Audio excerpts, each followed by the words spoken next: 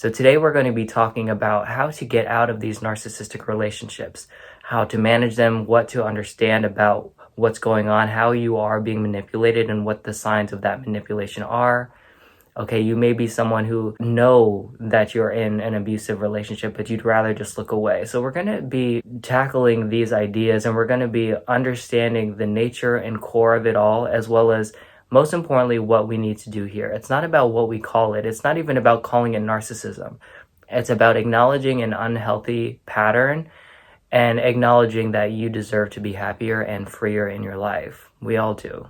If you have been in a relationship with a narcissistic gaslighter or a gaslighter on their own, you know the marathon of manipulation, false promises, double standards, passive or physical aggression in some cases. You know their inability to acknowledge the truth even in the presence of factual information presented right before them in front of their faces.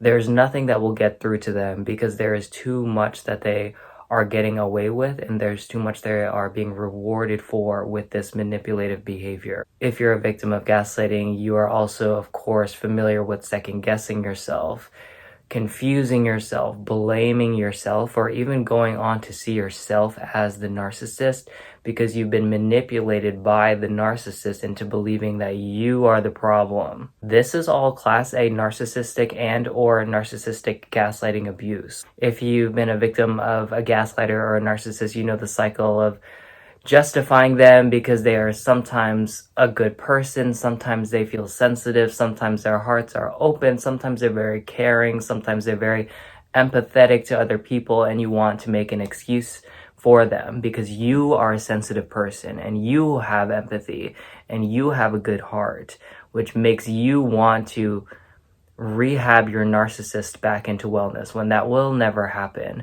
They are not capable of that with the time that we have on this planet. It takes too much time, it takes too much work, it takes too much effort. Is it possible? Yes, but it is not your job.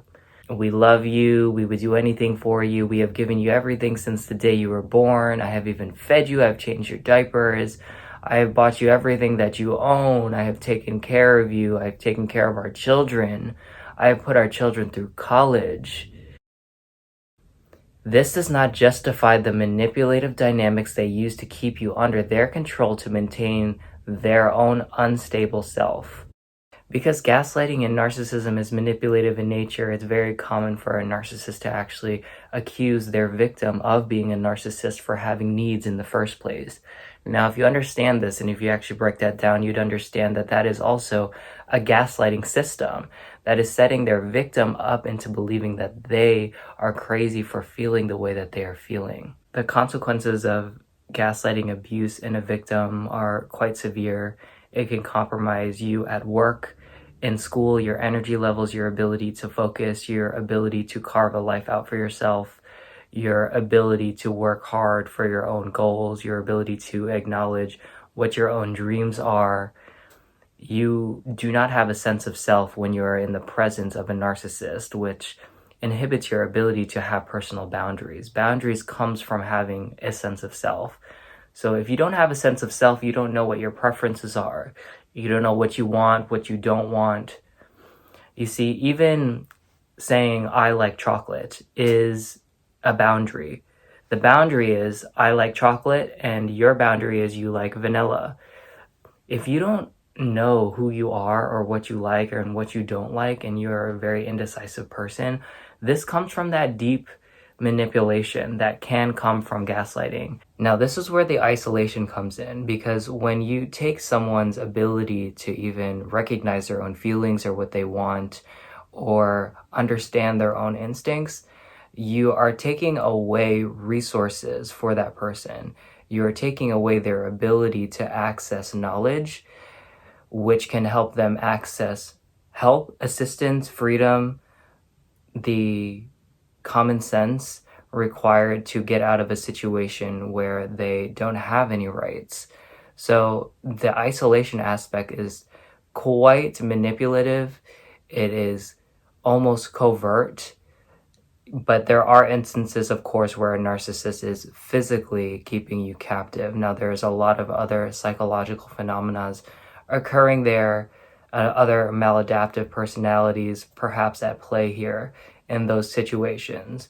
But in the cases where it seems like your abuser really does care for you and really does want the best for you, but then you seem to be confused, you seem to second guess how you think, it seems to be hard to work and actually establish self-reliance or self-sufficiency, as well as financially, or learn how to support yourself. You see, you are extracting this individual's ability to care for themselves when you are gaslighting them.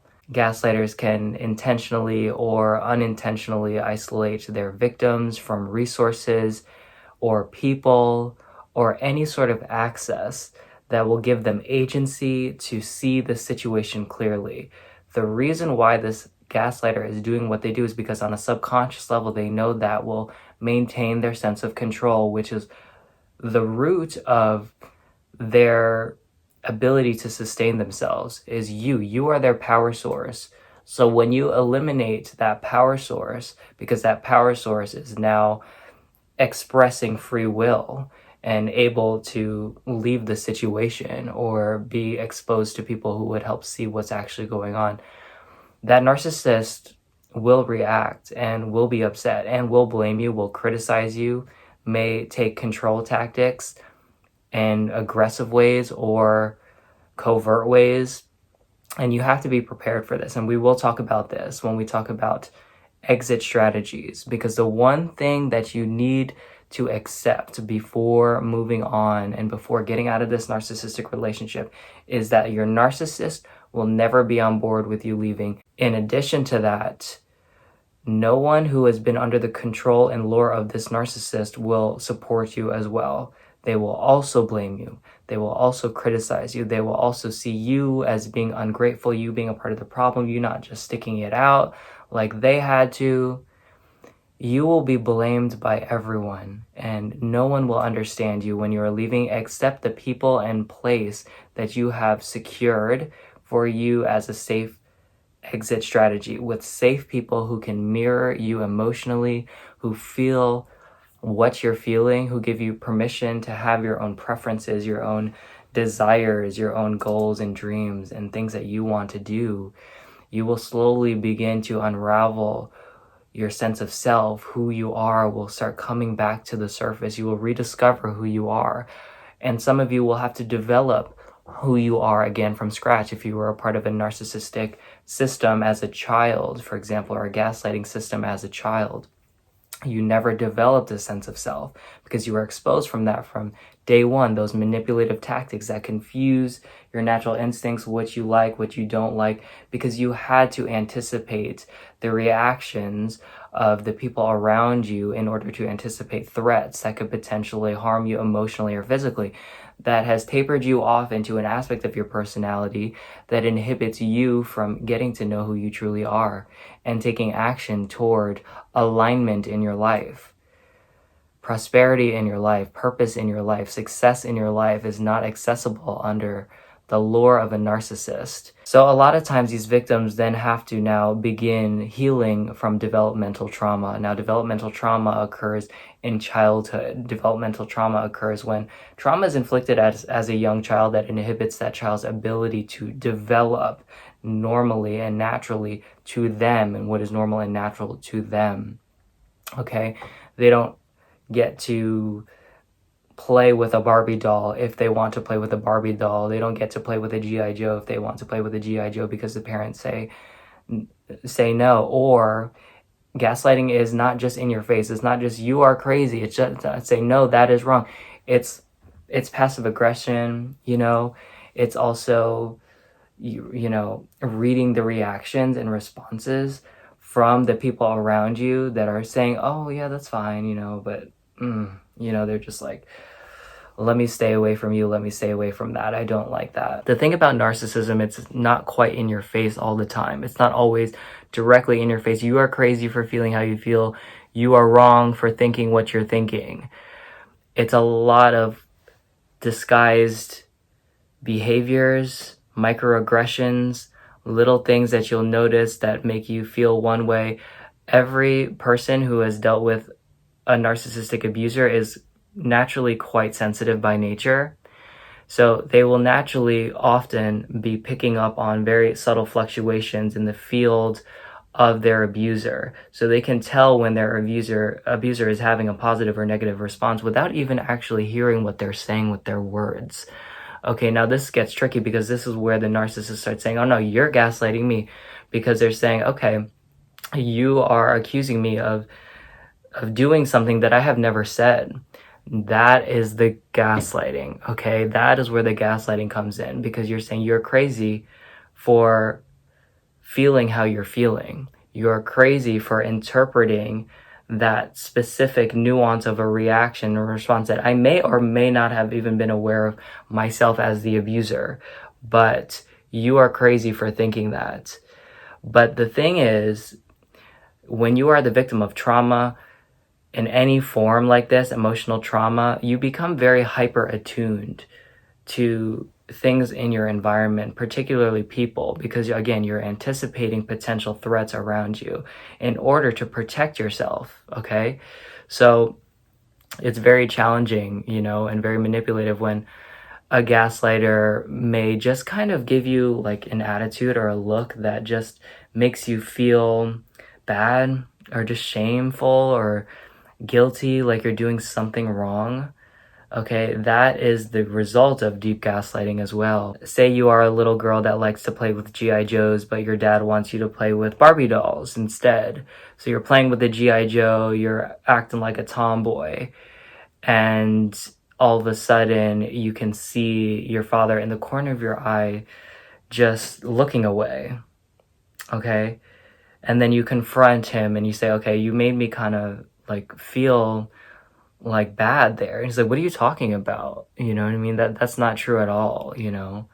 But at the same time, making sure that that child never ever gets another G.I. Joe again in their life, okay? This is gaslighting, okay? It's, again, not always directly in your face. It's not just telling them you are wrong when they may be right. It's not just telling them you are crazy even though they are not. It is very disguised, and you have to be attuned to your own system, to your own emotions, to how you feel, to your body, in order to recognize these signals. That is your body trying to warn you. So what is the strategy here? How do we get out of this narcissistic relationship? Or how do we make this narcissistic behavior stop in that person? How do we get them to stop gaslighting you? Well, the thing is, if they're a narcissist, they're not going to change. So what you need to do is create a safe exit strategy. You need to find a way to establish a unit of people that reflect back your consciousness, that make you not feel crazy for thinking how you think. Perhaps, ideally, somebody who is aware of who this narcissist is and a little bit vaguely at least aware from what they have seen or what you have told them in the past on how this narcissist operates, so that these people that you are going to stay with, you know, have an idea of how to pay attention to you and what your needs are. Okay, we have to be attuned emotionally to the other person. We have to feel, okay? Because this is not what was allowed for that person in that narcissistic relationship. They were not allowed to feel. They were not allowed to tap into their own instincts or honor their own instincts. So what needs to happen is this deep unraveling that comes with deep therapy and a lot of time, okay? So the thing about when those of us who are getting out of narcissistic relationships, a lot of us have been in this relationship, especially if it's narcissistic parents or a very long-term relationship with a partner, for example. You need a very significant amount of time to fully develop your sense of self from scratch, because the you that you were running off of was a false you that they designed for their own benefit. So now, part of you leaving was because there were moments and flickers of accessing your true self that was strong enough of a signal that it actually has directed you into this place that you are now, where you're now equipped to heal. You cannot be going back to your abuser. You cannot be going back and visiting every so often just because you feel bad. You have to recognize what is the incentive. If you do have to go back and see your narcissist for a family function or something like that, you have to really be honest. Are you going back because you feel bad?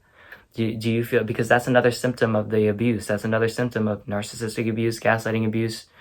Okay, going back there will reactivate all of those old energies that influence you to just fall back into the lure of control, okay, to be manipulated, because that is your default, okay? That is what they have programmed you to be like. So it will feel natural when you go back. It will almost feel at ease for a few moments because it was at ease. Remember, it was not awful all of the time, right? I think that's the common thing amongst all of these narcissistic relationships, okay? Is it was not always horrible. It was actually quite wonderful a lot of times. And that is a lot of what makes you stay in those relationships, is because you actually think that there's something that someone can do to change this, or there's potential for your abuser to change when they will never change. So what do you need to do? You need to establish that safe exit strategy with safe, emotionally attuned people who understand you, who understand the situation, and that will allow you to stay for a long-term period of time. This is not something that we can go to a retreat on narcissism and be cured on narcissism. This is a long-term effort. This is healing for the long game here. However long it has been that you were in this relationship with this narcissist is the minimum amount of time that you should be spending on your healing. Okay? It takes a very long time to heal from developmental abuse, to heal from narcissistic abuse, gaslighting abuse. To deprogram yourself takes a lot of time. It's not just an aha moment. It's not just a light bulb moment of you turning on and realizing, oh, this is what's been happening. Everything is going to change now. No, there's too much practice energy. There's too much practice thought. There's so much momentum behind this practice that in order to change this, you need to develop momentum in another area of your life that is healthy. So you need to create a momentum of this healthy relationship now. You need to create momentum around healthy relationships that are not controlling, that are not manipulative. You need to create momentum around feeling safe in your own body. You need to feel safe without feeling so hyper-vigilant all the time, okay? This takes a lot of time, as it took a lot of time to turn you into a person that has those symptoms, and even went on to identify yourself as someone who was just like that and just operated like that in the world. That's not the truth of who you are. You need to discover who you truly are. And it doesn't just stop at discovering, it starts with consistency. Gaslighting is a deep emotional cancer that needs time, a solid program or a plan, and a long-term secure safety net to restore your healthy regulation. A cancer is actually a good way to describe narcissistic or gaslighting abuse because it actually turns the victim against themselves. It turns them against their own feelings and their own natural instincts, because anyone who has survived narcissistic abuse knows that they were the ones that got themselves out of that situation as well. It wasn't the narcissist. It wasn't anything that the narcissist did that got you out of it. And even in the case where a narcissist actually passes away while the victim is still alive, you will find that the victim is still entrapped in this loop of thoughts that is ultimately PTSD. The thing is, narcissists and victims of narcissism or gaslighting over a long period of time, there's usually a lot of other elements at play. For example, someone of narcissistic abuse can develop PTSD or complex PTSD just due to this loop of thoughts and abuse that just conflicts with everything that they know and leaves them as a shell of their own self. Okay, this is trauma that has been occurred through narcissistic or gaslighting abuse. So it's quite compounded. You will need a professional to sit with you and work through all of this, okay? You need support, you need adequate mirrors, you need support at home, you need support in the office as well, with your professional, with your doctor, okay, with your therapist or someone highly, highly trained in this field who really understands this on a very, very deep level. I always say being in a relationship with a narcissist or a gaslighter is like being punched in the face by your abuser, by your narcissist, and then going out in public and then that same abuser, narcissist, criticizing you or blaming you or shaming you for having a bruise on your face. Okay, they're punishing you for the bruise that they caused. They're punishing you for the symptoms of pain that they have inflicted.